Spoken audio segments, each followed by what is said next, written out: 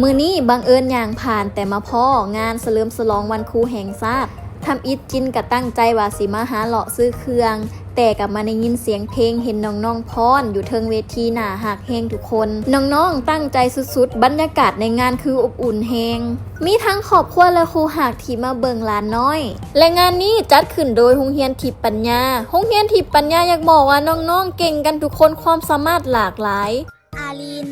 เงี้ยของปอไดปสาม งานเฉลิมฉลองวันครูจัดขึ้นในวันที่ 11 เดือน 10 2025ก็คือมื้อนี้นั่นเอง นอกจากกิจกรรมนี้สวรรค์ไอเทคทุกๆอาทิตย์ก็จะมีงานจัดกิจกรรมหลากหลายเลยทุกคน นอกจากโซนงานก็จะมีโซนอาหารส่วนโซนอาหารก็มีอาหารหลายอย่างให้เลือกบ่ว่าจะเป็นอาหารพิซซ่าหรือว่าอาหารตามสั่งและที่สำคัญเฮาซื้อครบ 100,000 กีบบ่ว่าจะเป็นเสื้อผ้าหรืออาหารเฮาก็ได้คูปองรุ่นโซ่ของรางวัลบ่ว่าจะเป็นรถตู้เย็นหม้อหุงข้าวบอกเลยว่างานนี้ห้ามพลาด